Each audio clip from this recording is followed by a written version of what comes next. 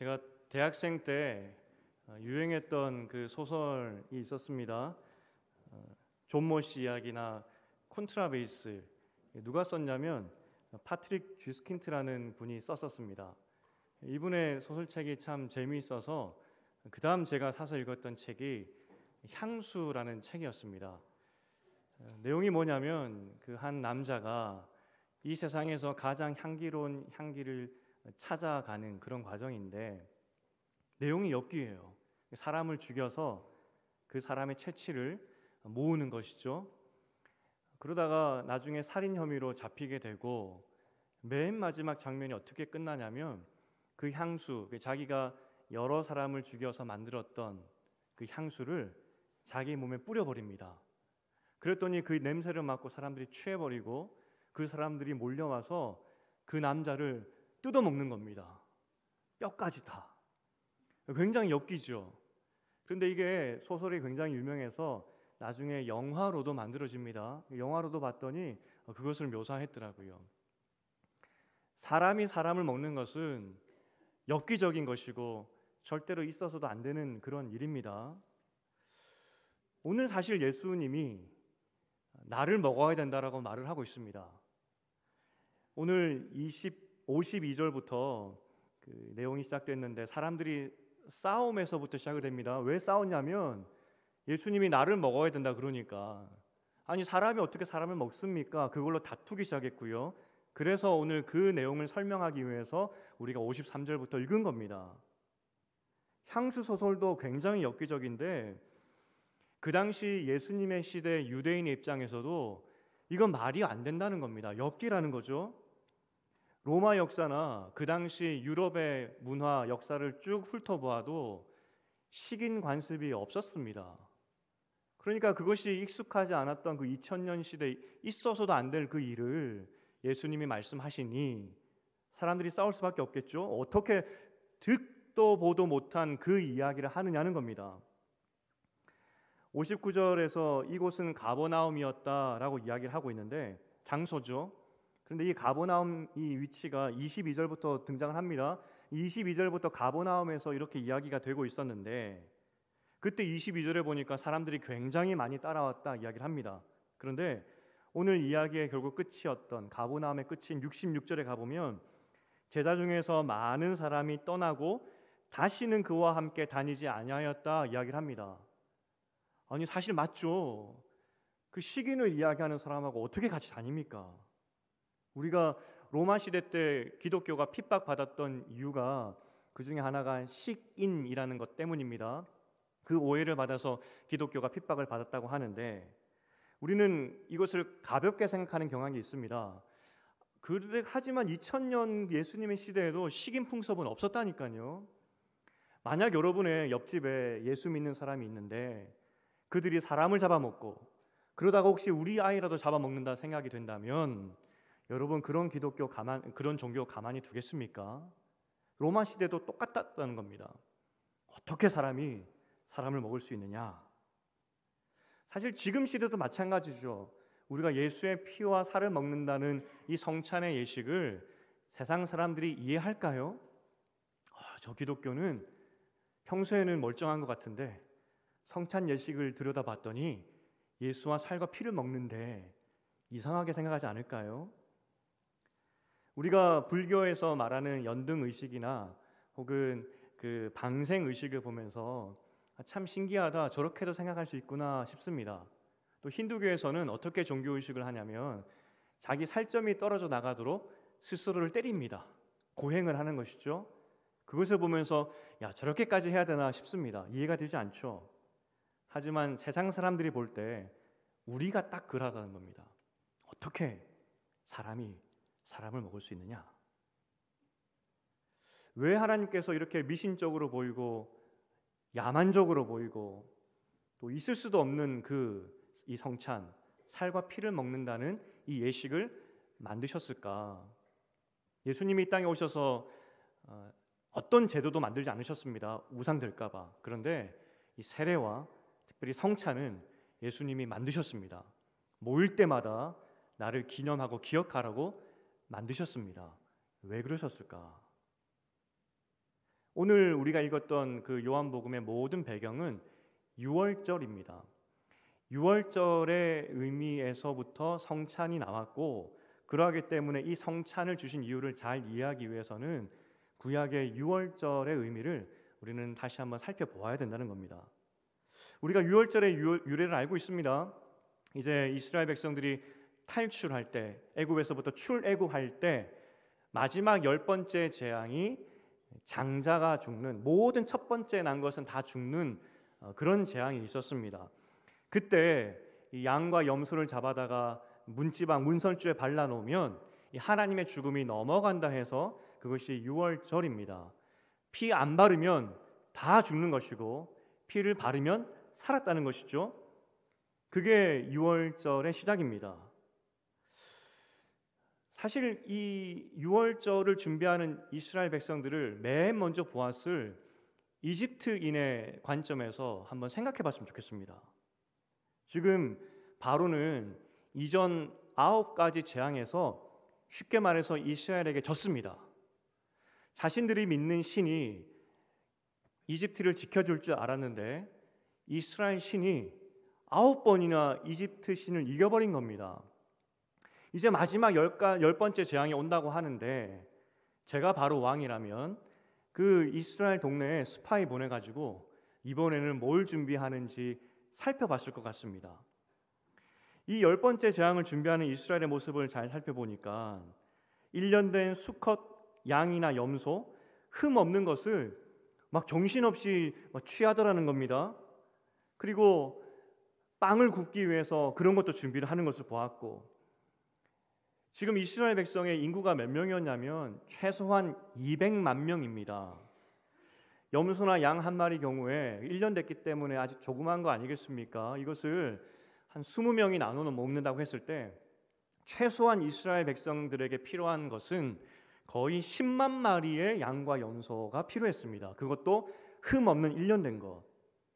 그러니까 이 숫자를 채우기 위해서 시간이 많이 걸렸겠죠. 그래서 하나님은 10일의 시간을 주십니다. 10일 동안 양과 염소 준비하라고.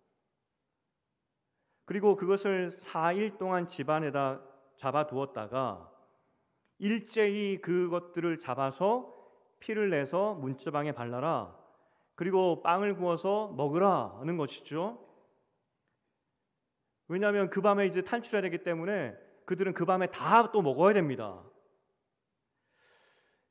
일제히 이스라엘 백성의 진영 안에서 피비린내가 진동했을 것이고, 또 양 잡는, 염소 잡는 소리가 진동했을 것이고, 동시에 그것을 또 요리했었어야 되기 때문에 짐승을 태우는 그 냄새와 빵을 굽는 냄새가 200만 명이 사는 이스라엘 진영에 가득했을 것입니다. 그것이 애굽 바로 왕이 보았던 유월절 날의 풍경이었습니다. 그런데 이 문지방에 피 바르는 그 관습이 이때 처음 있었던 건 아닙니다. 그 당시 유목민들의 문화를 잘 살펴보면 복을 기원한다든지 우리랑 비슷합니다. 그 악귀를 물려친다는 그런 의미에서 문에 피를 바르고 하는 것이 그 당시 문화에 있었습니다. 그런데 그 문화를 했던 사람들은 유목민입니다. 지금 모세가 있었던 애굽은 당시 최강국이고 왕정 시스템과 그리고 완벽한 제사 제도를 갖춘 그런 나라였습니다. 여러분 지금 핸드폰을 쓰고 있기 때문에 모세 시대 애굽을 무시하는 마음이 있을 수도 있습니다. 하지만 지금도 우리는 피라미드의 비밀을 모릅니다. 그만큼 발전된 나라였고 왕과 또 신, 그 시스템 안에서 철저하게 관리되었던 그런 나라였습니다. 그런 애굽의 눈에는 유목민들이나 하는 그 피 바르는 의식이 굉장히 저급한 종교 의식이었다는 겁니다. 저런 걸로 그 죽음이 물러가겠어? 그게 이 애굽의 평가였을 겁니다. 저것은 종교 광기야 라고 생각했다는 것이죠. 이 엄청난 일들이 일어났을 때 신하들이 바로에게 보고했을 것이고, 하지만 이집트 사람들은 꿈쩍하지 않았습니다. 그날 밤이 되었고 이스라엘 진영에는 고기와 또 빵 굽는 냄새, 또 피 비린내가 진동을 했을 것입니다. 그러면 그렇게 이스라엘 백성들이 유월절을 준비할 때 애굽 사람들은 뭐 했을까? 그냥 팔짱 끼고 그래 10번째 재앙이 오나 안 오나 한번 두고 보자 그렇게 기다렸을까요? 저 같으면 벌써 9번이나 졌습니다. 10번째 싸움이 다가오고 있죠. 그러면 저는 온 마음과 정성을 다해서 내가 지금까지 섬겼던 이집트 신들을 찾아갔을 것 같아요. 마지막 이스라엘 신이 이 첫 번째 난 것들은 다 죽여버리겠다고 하는데 나의 신이여 이 죽음이 물러가게 하소서 그렇게 예배드리지 않았을까요? 고대 이집트에서 인기가 많았던 신이 오시리스라는 신이라고 합니다. 미라를 만들 때 미라 안에 항상 심장은 남겨둔다고 합니다. 모든 장기는 꺼내지만 왜냐하면 이 죽은 자가 오시리스 신 앞에 서서 심판을 받게 되는데 그 심장으로 심판을 받는다고 해요. 심장이 깃털보다 가벼우면 착한 삶을 살았기 때문에 쉽게 말해서 천국 가고, 심장이 깃털보다 무거우면 죄가 많기 때문에 지옥 가는 겁니다.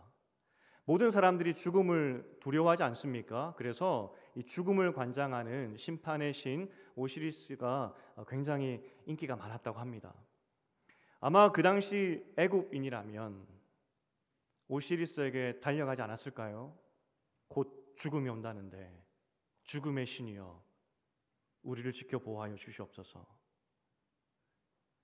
자존심이 있지 애굽 사람이 이스라엘 백성들 따라서 1년 된 양과 염소를 잡아서 문에 피를 발랐을까요? 그건 유목민들이 하는 종교의식이기 때문에 자존심이 있지 나 그러지 않겠다. 그것이 아마도 애굽 사람들의 모습이었을 것입니다. 자기 방법대로 자기가 믿는 신을 찾아가지고 열심히 예배드렸을 것이 애굽 사람들의 모습이었을 것이라고요. 결국 이 애굽의 눈에는 너무나 미신적으로 보이는 행동, 이스라엘의 그 제사 모습들, 이스라엘 입장에서도 사실은 설마 하면서 피를 발랐을 것 같습니다. 설마 죽음이 올까? 죽음이 우리 집을 넘어갈까? 이스라엘 입장에서도 설마 죽음이 우리 집에 찾아올까? 그런 마음 아니었겠습니까? 사실 이 6월절의 어린 양의 피의 의미는 구원의 방법 측면에서 설마라는 의미를 담고 있습니다. 설마 이 피가 나를 구원할 수 있을까? 이렇게 한다고 10번째 재앙이 피해갈까? 하지만 그 피가 그들에게 죽음이 오지 않도록, 죽음이 넘어가도록 만들어 주었다는 겁니다. 특별한 것은 이 4일 동안 집에 이 양과 염소를 두어라라고 하는 것인데, 원어로 보면은 간직하여라 그 의미입니다. 잘 보살피라는 겁니다. 짐승을 먹이고 다치지 않도록, 아프지 않도록 4일 동안 잘 키우라는 겁니다. 이스라엘 입장에서 4일 동안 그 양과 염소를 보면서 이것이 우리 가족의 생명을 구해준다고 하는 그런 마음이 들지 않았겠습니까? 하지만 4일 동안 키우고 4일이 지나고 그 짐승의 피를 발랐더니 설마 했던 일이 일어난 겁니다. 예수님께서 자기의 죽음, 십자가의 의미를 이야기하실 때 사실 이 설마의 의미로 우리에게 설명하고 있는 겁니다. 설마 저 십자가가 당시 모든 사람들이 생각했던 그 저주의 상징, 저 십자가를 지었던 사람이 우리를 구원할까? 설마. 하지만 그 설마의 방법으로 하나님은 우리를 구원하셨다는 겁니다. 그러면 왜 그런 방법으로 우리를 구원하셨을까? 고린도전서 1장 23절 25절인데 우리 함께 읽어보겠습니다. 고린도전서 1장 23절입니다. 시작. 우리는 십자가에 못 박힌 그리스도를 전하니 유대인에게는 거리끼는 것이요 이방인에게는 미련한 것이로되 오직 부르심을 받은 자들에게는 유대인이나 헬라인이나 그리스도는 하나님의 능력이요 하나님의 지혜니라. 하나님의 어리석음이 사람보다 강하니라. 십자가가 어떻게 사람을 구원할까? 십자가에서 죽은 예수가 어떻게 인간의 죄를 대신 지고 그래서 그들에게 생명을 줄까 하는 것이 세상 지혜자들의 생각이라는 겁니다. 하지만 하나님은 설마 하는 그 방법, 십자가를 통하여서 세상 사람들을 부끄럽게 만드셨다. 부끄럽게 만들기 위해서 이 방법을 선택하셨다는 겁니다. 다른 말로 하면 우리가 생명을 얻기 위해서 우리는 어떠한 노력으로도 우리가 구원받기 위해서 할 필요도 없고 할 수도 없다는 것입니다.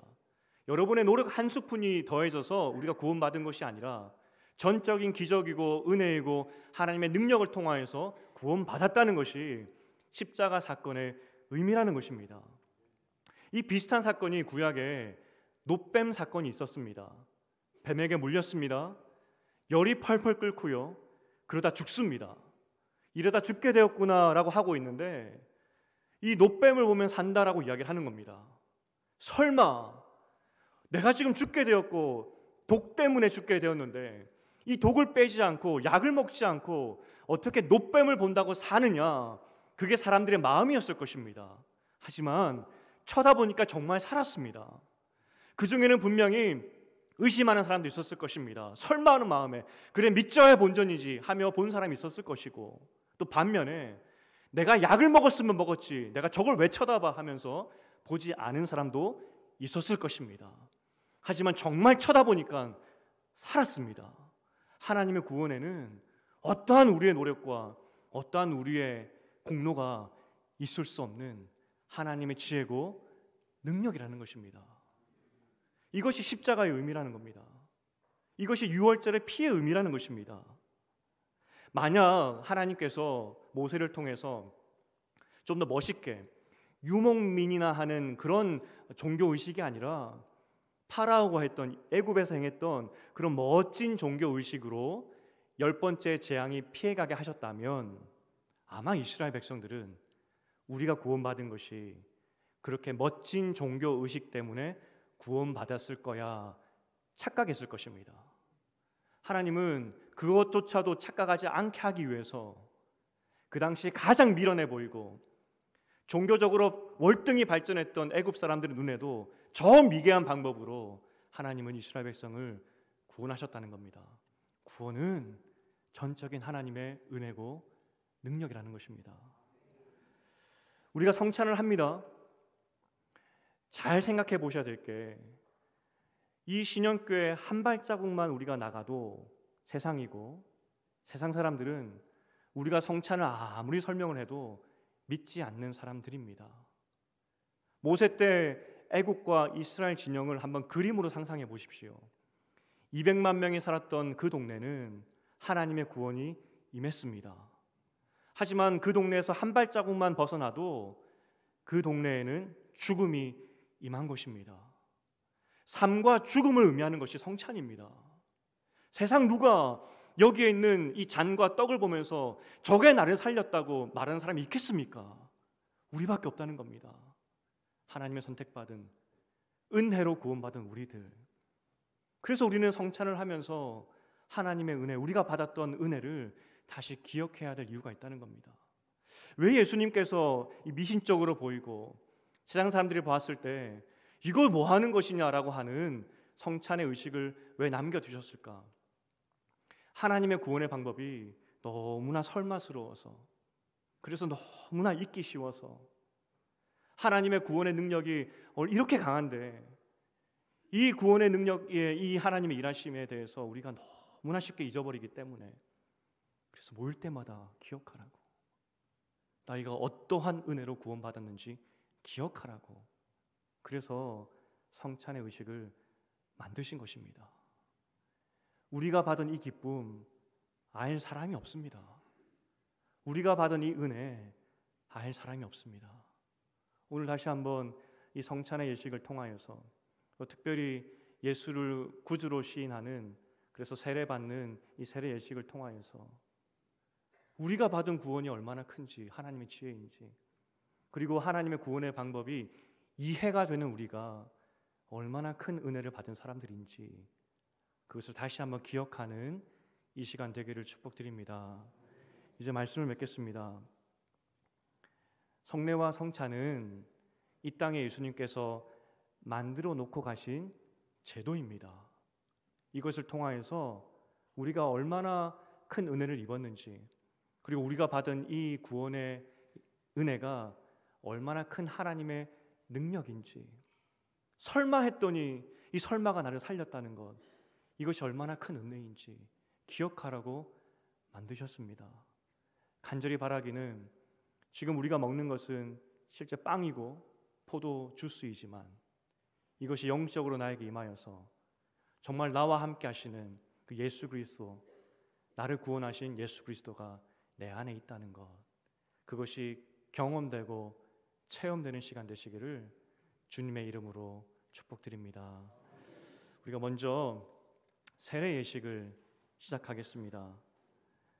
이 설마가 믿어져서, 이 설마 예수가 나를 구원하셨을까, 이것이 믿어져서 오늘 하나님과 성도님들 앞에서 믿음을 고백하는 세 분의 하나님의 귀한 자녀들이 있습니다.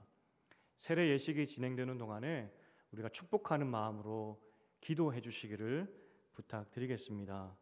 먼저 서약을 하기 전에 세례는 학습을 받고 그동안 신실한 신앙생활을 하여서 6개월이 경과된 후에 세례 문답에 응하여 합격한 성도들에 대해서 서약을 하는 것입니다.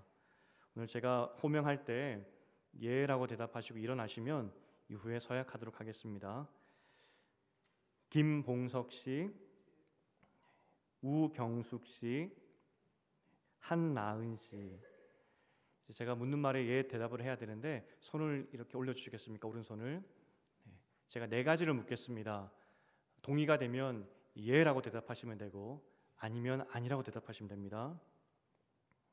여러분은 하나님 앞에 죄인인 줄 알며 당연히 그의 진노를 받을 만하고 그의 크신 자비하심에서 구원 얻는 것밖에 소망이 없는 자인 줄 아십니까? 여러분은 주 예수 그리스도가 하나님의 아들 되심과 죄인의 구주 되시는 줄을 믿으며 복음에 말한 바와 같이 구원하실 이는 오직 예수뿐인 줄 알고 그를 영접하며 그에게만 의지하시겠습니까? 여러분은 지금 성령의 은혜만 의지하고 그리스도를 쫓는 자가 되어 그대로 힘써 행하며 모든 죄를 버리며 그의 가르침과 모범을 따라 살기로 작정하며 서약합니까? 여러분은 이 교회의 관할과 치리에 복종하고 그 청결과 화평함을 이루도록 힘쓰기로 서약합니까? 네, 이제 자리에 앉으시고요. 세례를 베푸도록 하겠습니다.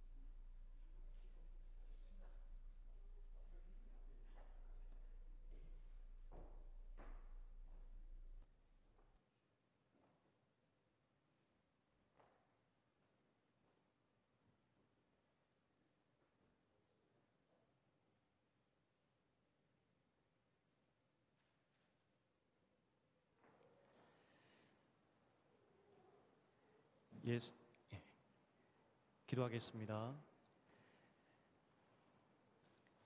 예수 그리스도를 구주로 믿는 김봉석에게 내가 성부와 성자와 성령의 이름으로 세례 주노라. 아멘.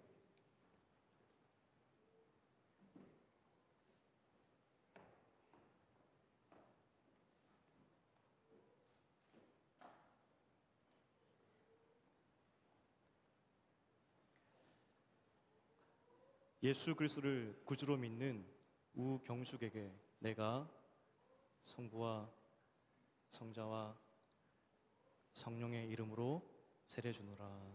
아멘.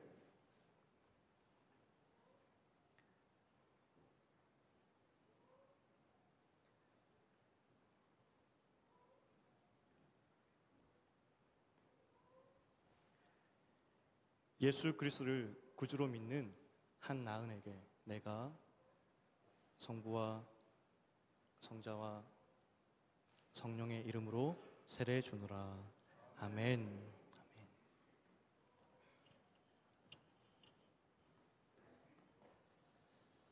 이제 자리에 잠깐 일어서 주시면 제가 공포하겠습니다. 자리에 잠깐 일어서 주시겠습니까? 감사합니다. 김봉석, 우경숙, 한나은 씨는 대한예수교 장로회 신원교회 세례교인 된 것을 성부와 성자와 성령의 이름으로 공포하노라. 자, 기도하겠습니다. 예수가 믿어져 신앙을 고백한 주님의 귀한 자녀들입니다. 오늘 이 고백이 이 땅에서 영원하고 흔들리지 않도록 지켜 보호하여 주시옵소서. 그리고 이 교회를 통해 믿음이 자라가고 주 안에서 한 가족된 기쁨을 누릴 수 있도록 축복하여 주시옵소서. 예수님 이름으로 기도합니다. 아멘. 우리 박수로 하나님께 영광 돌리겠습니다. 이제 성찬 예식을 시작하겠습니다. 찬송가 144장 1절과 3절 함께 들으시겠습니다.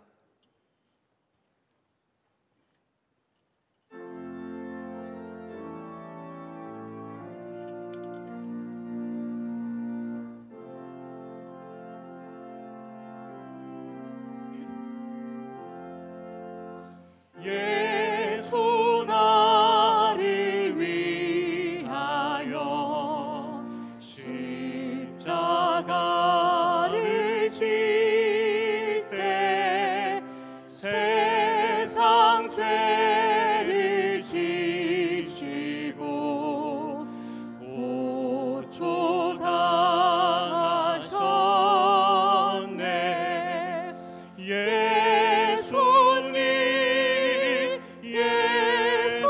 예수님 나의 죄 위하여 보배 피를 흘리니 죄인 받으소서. 피와 같이 붉은 죄 없는 이가 없네. 십자가의 공로로 눈과 같이 되네. 예수님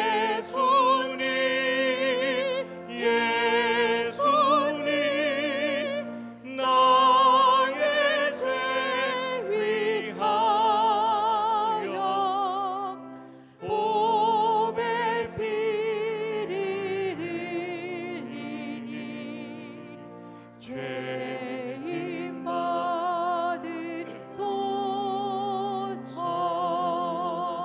받으소서. 성찬 예식은 우리 예수님께서 만드신 제도입니다.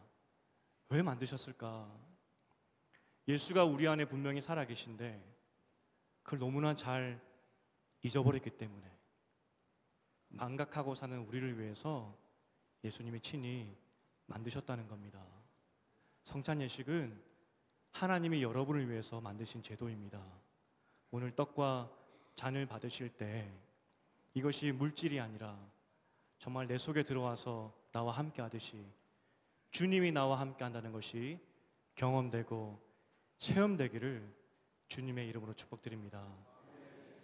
성찬 예식은 거룩을 유지하기 위해서 무흠, 입교, 즉 세례 받으신 분들과 유아 세례 후에 입교하신 분들이 참여하게 됩니다. 하지만 무흠 입교인이라도 죄 중에 있거나 양심의 가책을 느끼는 분들이 계시다면 받지 않으시는 것이 좋습니다. 이제 성찬 예식 시작하겠습니다. 분병위원들 앞으로 나와주시겠습니다.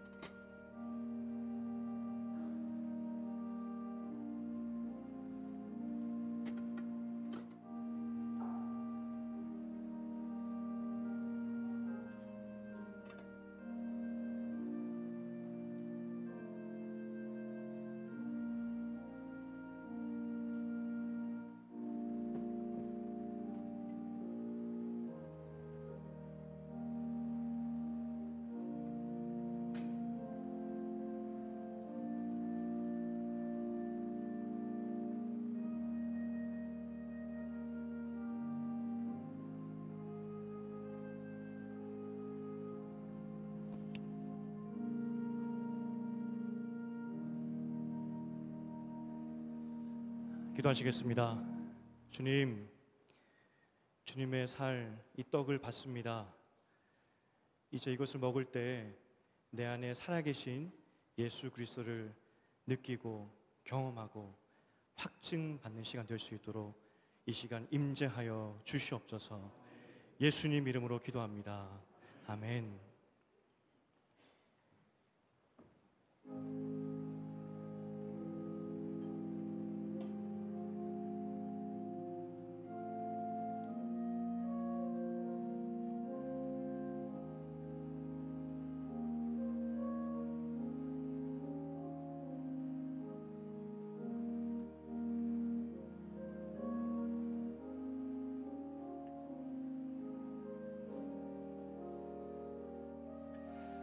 그는 주 앞에서 자라나기를 연한 순 같고 마른 땅에서 나온 뿌리 같아서 고운 모양도 없고 풍채도 없은즉 우리가 보기에 흠모할 만한 아름다운 것도 없도다. 그는 멸시를 받아 사람들에게 버림받았으며 간고를 많이 겪었으며 질고를 아는 자라. 마치 사람들이 그에게서 얼굴을 가린 것 같이 멸시를 당하였고 우리도 그를 귀히 여기지 아니하였도다. 그는 실로 우리의 질고를 지고 우리의 슬픔을 당하였거늘 우리는 생각하기를 그는 징벌을 받아 하나님께 맞으며 고난을 당한다 하였노라. 그가 찔림은 우리의 허물 때문이요 그가 상함은 우리의 죄악 때문이라. 그가 징계를 받음으로 우리는 평화를 누리고 그가 채찍에 맞음으로 우리는 나음을 받았도다. 우리는 다 양 같아서 그릇 행하여 각기 제 길로 갔거늘 여호와께서는 우리 모두의 죄악을 그에게 담당시키셨도다. 아멘.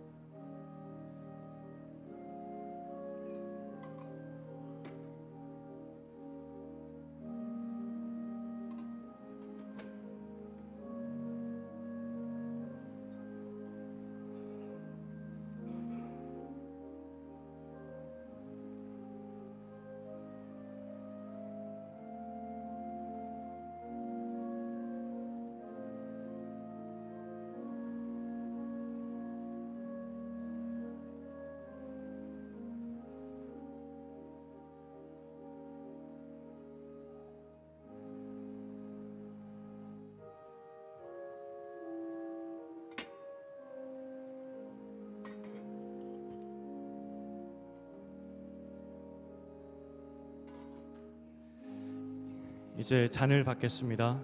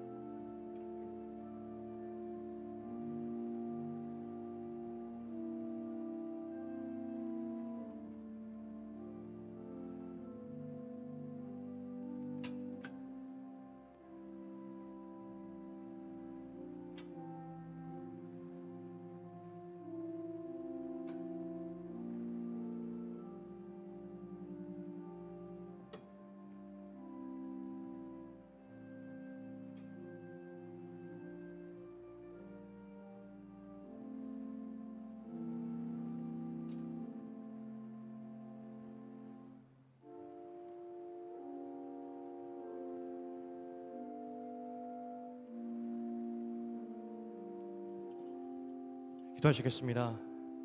하나님, 우리에게 생명 주신 이 잔을 받습니다. 이 잔을 받을 때 예수 그리스도의 피를 통하여서 새 사람 되었다는 것, 내 죄가 씻겨졌다는 것, 하나님 자녀 되었다는 것, 이것이 믿어지고 또 이것이 확증되는 시간 될 수 있도록 도와주시옵소서. 예수님 이름으로 기도합니다. 아멘.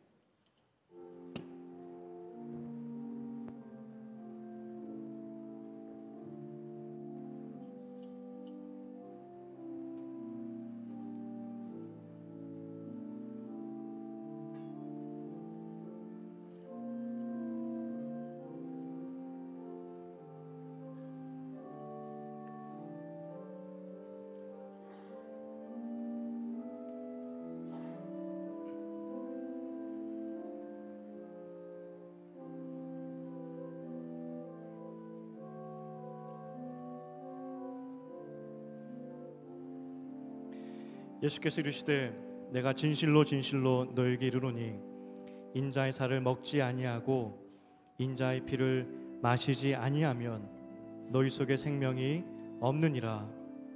내 살을 먹고 내 피를 마시는 자는 영생을 가졌고 마지막 날에 내가 그를 다시 살리리니 내 살은 참된 양식이요 내 피는 참된 음료로다.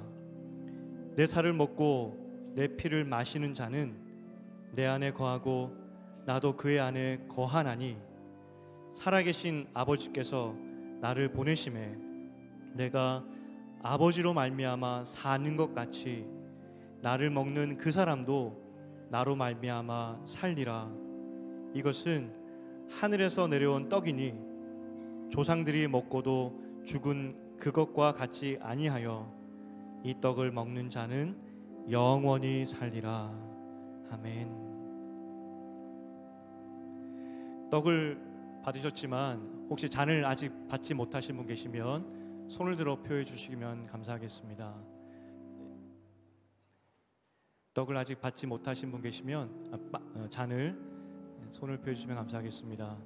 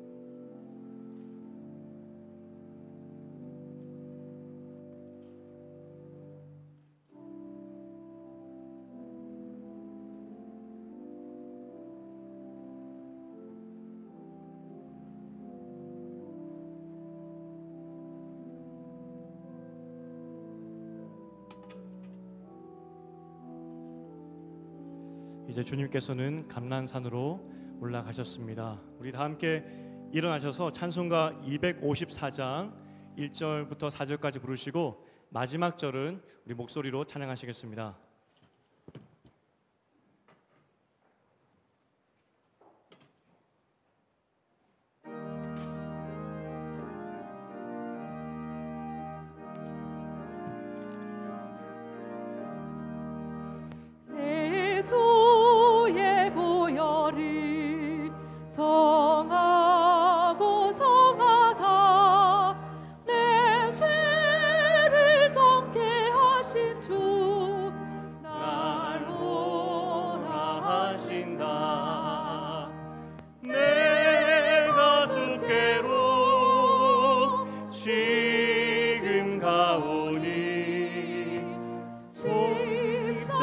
십자가의 보혈로 날 씻어 주소서. 약하고 추해도 주께로 나가며 힘주시고 내 주함을 곧 씻어 주시네. 내가 주께로 지금 가오니 십자가의 보혈로 날 씻어 주소서.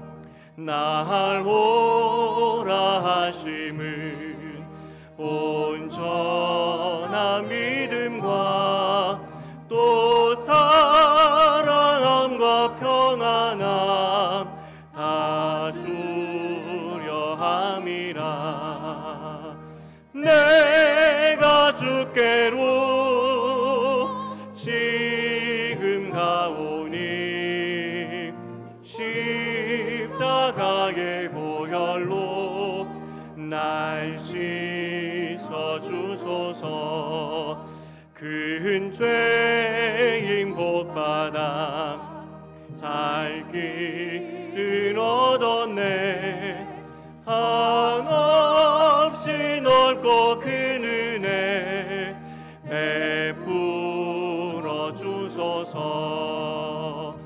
내가 주께로 지금 가오니 십자가의 보혈로 날 씻어 주소서. 그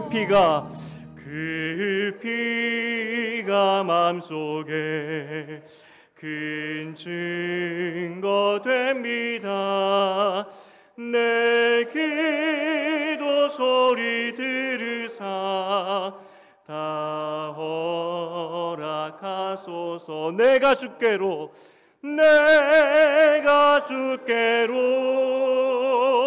지금 가오니 십자가의 보혈로 날 내가 주께로 지금 가오니 내가 주께로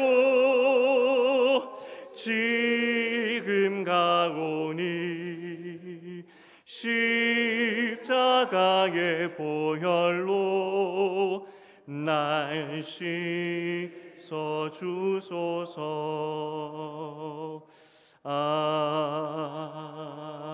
아멘.